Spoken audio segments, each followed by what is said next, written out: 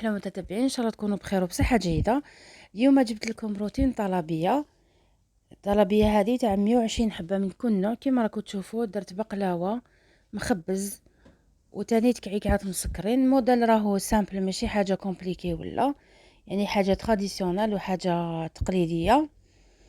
دوك تشوفوا كيفاش نظمت وقتي وخدمت هاد يعني 360 حبة 3 ايام برك. دوك نوري لكم كيفاش يكون يعني التنظيم. بالنسبه اول حاجه هنا واش درت، اول حاجه درتها هي شمخت المخبز باسكو نسبق فيه باسكو هو اللي فيه الطليه. هذه هي الطليه اللي حتشد لنا الوقت باش تنشف. كيما راكم تشوفوا انا لافاي هنايا وجدت هذاك المخبز ديالي نوجدو لافاكس نخلوها باش تتعسل، وغد من داك الصباح بديت نطيب فيهم. هنا درت الكيلات ديالي ديجا كنت شاركت معكم المخبز. انا نديرو 3 كيلات بكيله ناقصه صبع تاع سكر عادي، وعندنا بشر ليمون اكيد ديروا لا كونتيتي اللي لازمه. بالنسبه هنا اللي حبيت مثلا 120 حبه تاع مخبز، نقول لكم الكميه تاع اللوز لازم ديروه حوالي واحد 3 كيلو. 3 كيلو يخرج لك بزياده، معناتها يجيب لك 120 وشويه. هذه هي. ودائما نديروا حبات زياده، هذه دنيا حبه تتكسر حبه ما باليش، توجور واحد يديروا زياده وماشي نقصان. انا درت شويه ما زهر البيض باش نطمو لاباط ديالنا، واكيد الزبده هذيك باش تخلينا المخبز ديالنا توجور يبقى طري. هذه هي. نخدم مليح هذيك المخبز ديالي ونخليه يتعسل مليح، وغد من داك نبداو يعني في الخدمه ديالو.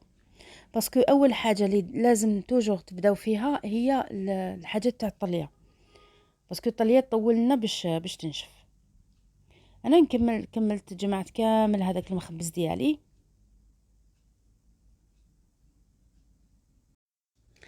انا كيما راكم تشوفوا نبدا ندخل في البيض، دخلت البيض مليح، ومن بعد هذيك نبداو يعني نعجنوا فيه، ماشي نعجنوا فيه، شو ندخلوا هذاك السكر هذاك هكا حتى يذوب مليح يعني مع اللوز، يولي ما يبانش. هذا هو السر تاع التعسل ديالنا. شوفوا كيفاش نخدموه. هايلك شوفوا ديجا راهو يبان معسل. فوالا هنايا بعد ما نطم كامل هذاك اللوز ديالي ونعطيلو حقه تاع البيض، وبعد كي نخليوه قلت لكم ليله كامله هو يبات باش يزيد يتعسل مليح. فوالا شوفوا كيفاش.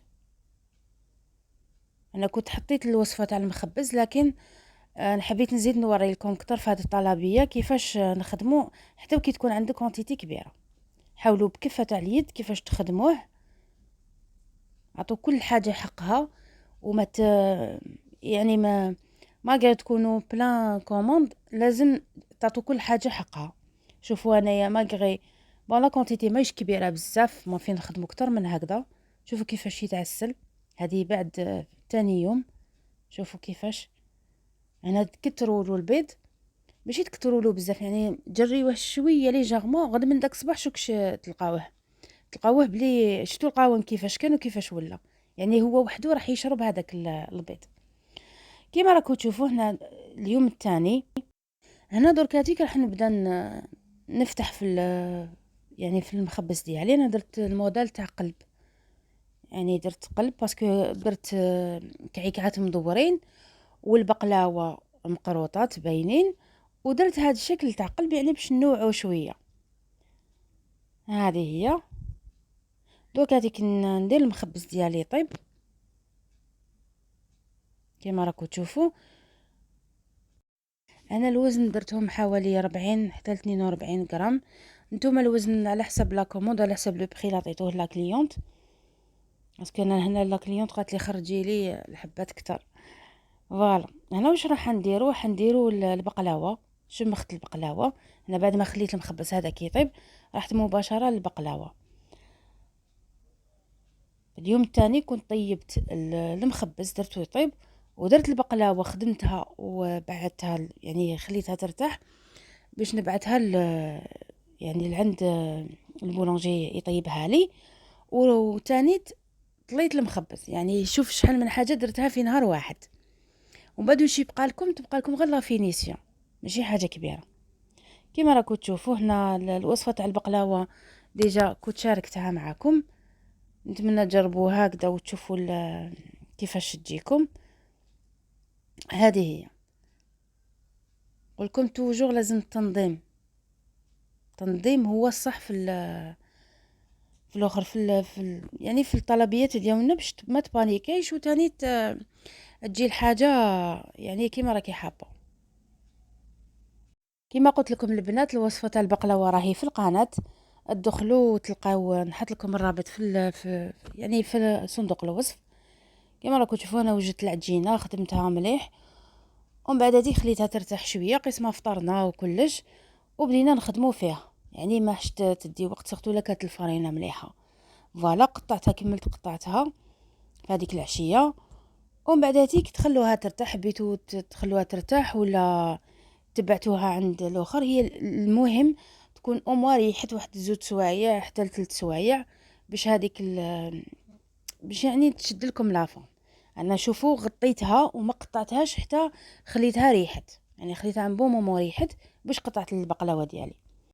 بالنسبه لي سقسيوني على الاسعار كل واحد والمنطقه ديالو على حسب الكميه تاع اللوز اللي استعملتوها، وتاني على حساب يعني المنطقه اللي راكو فيها اللي تعطو السعر تاع الكاطو. هذه هي. انا هنا كنت استعملت بقلاوه جوز ولوز على حسب الطلب تاع الزبونه. بالنسبه للحشو كيفاش يكون الداخل. هنا كيما راكم تشوفون كملت قطعت هذيك البقلاوه كامل ووجدتها، ومن بعد هذيك خليتها ترتاح شويه وبعتها لعند البولونجي. في نفس الليله كنت طليت ديجا، ما صورت لكمش، كنت طليت ديجا نخبز قبل ما نقطع البقلاوه. يعني خدمتها غطيتها يعني بالبابي فين بلاستيك هذاك باش ما يجيهاش، معناتها ما يضربهاش الريح. وديرنا هذيك العكروت وخليتها هنايا. بعدها خدمت الكعكات الحق ما يدوش الوقت وتاني بالخف يوجدوا، يعني ماشي حاجه لي واعره ولا كيما راكم تشوفوا. درك هاد الوسماني نشمخ فيهم. الوصفه تاع الكعكات مسكرينهم عندي في القناه، كنت درتهم ديجا في يعني في طلبيه تاع خطوبه اللي حبت الوصفه تدخل، وهي نفسها تاني تاع الشارك المسكر نفس الطريقه. شوفوا كيفاش جا حتى طميت حتى جاو الخيوط هادوك. هذه هي. خدمت الكعكات خدمتهم الونسيان، معناتها ما درت ني مول ني والو وجاو على حبه. بالنسبه للكعكات المسكرين ما تخافوش منهم، يعني لا فورم عادي، ماشي كيما الكعكات مطليين اللي بالطليه اللي راح يبان لا ديكو تبان. شوفوا انا خدمتهم الونسيان، يعني حاجه كيما كنا نخدموهم زمان غير باليد. هنايا كانوا خلاص المخبز ديالي ديجا كان سيبون، راهو يعني ضربوا الهواء شويه بدا ينشف. فوالا كنت تشوفوا هنا تقريبا بقالي بقالي الكعكات هذوك درنا 120 كيف وسكرتهم بعد ما بردوا شويه في هذيك العشيه. سكرتهم يعني ما داوليش الوقت بزاف ما نكذبش. دوكا حبيت نوريكم واحد لا تكنيك في لي كيسات. كي تحبوا زعما ديروا مخبز تاع قلب، ديروا هذه الطريقه هذه اللي كيسات راح يجوكم يعني ما يعذبوكمش في الخدمه. وهذاك المخبز تاني ما تعفجوش صوتو الا كان يعني ما نشفش بزاف، يعني فاتكم من الوقت ولا كيما انا الطلبيه دي خدمتها في 3 ايام كانت يعني تحدي. فوالا هنا نكملوا كامل هذاك المخبز نحطوه في كيسات.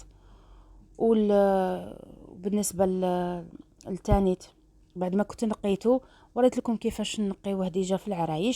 يعني تقريبا الوصفات كلها راهي في القناه، الفرق برك في لاديكو هذا مكان وكلش راهو كاين. بالنسبه لي حبيت دير مخبز تاع الكاوكاو، انا كنت درت ديجا مخبز تاع كاوكاو، يعني الطريقه هي نفسها والشكل دير واش حبيتو. فوالا يعني انا حطيت لكم مخبز كاوكاو ومخبز تاع اللوز واش حبيتو تستعملوا. راه شوفوا الطريقه تسهل علينا بزاف الخدمه. هادو هما نحضرهم هكذا ونكمل كامل طلبيه.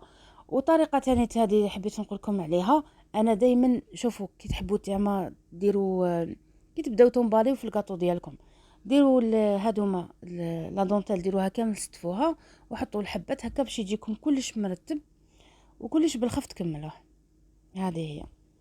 هنايا بعد ما كنت بديت نسكر في الاخر في الكعيك هذه دياولي. هنا تقريبا الطلبيه راهي خلاصت، قاعده غير نقطع البقلاوه ونديرها نديرها في الوسمو، يعني في الكيسات وصاي.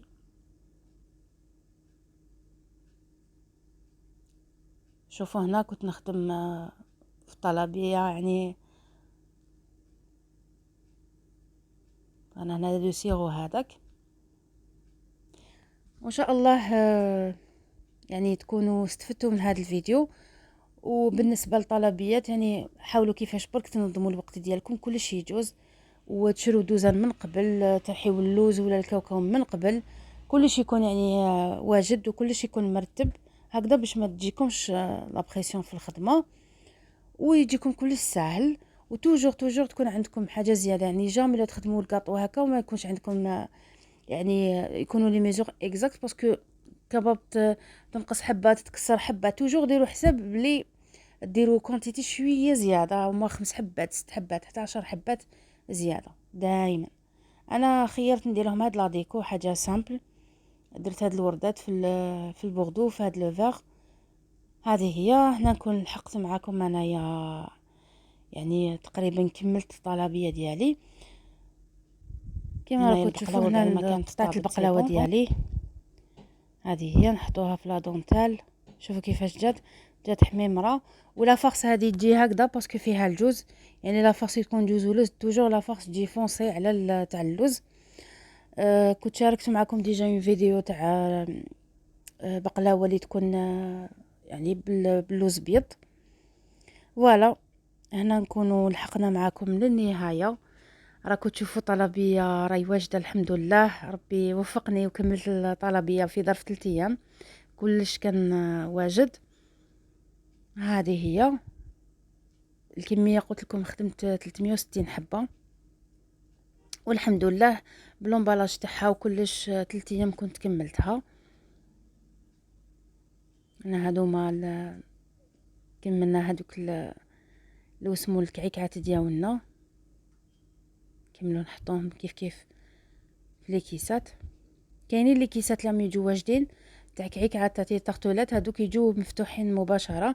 انا شريت هنا لي كيسات نورمال وانا اللي كنت نخدم فيهم، يعني ماشي حاجه ما داوليش الوقت بزاف. فوالا هنايا لي بواط، بديت نعمر في لي بواط دياولي. هذه هي باش يديوهم واجدين في لومبالاج في كلش، من كل سنيوان من كل نوع ندير حبه في هذيك الباطه كما راكم تشوفوا. ونغلقه هنا شويه يعذبوه في الغليق شويه، يدوا الوقت هذا لومبالاج هذايا. هنايا نكون لحقت معكم للنهايه، ونتمنى ان شاء الله يكون الفيديو استفدتوا منه ويعني ديتوا معلومات. ان شاء الله ما نكونش بخلتكم بحتى حاجه. هذه هي. نقول لكم هنا دمتم في رعايه الله وحفظه. نتلاقاو ان شاء الله في فيديو اخر ووصفه جديده ولا روتين اخر. مع السلامه.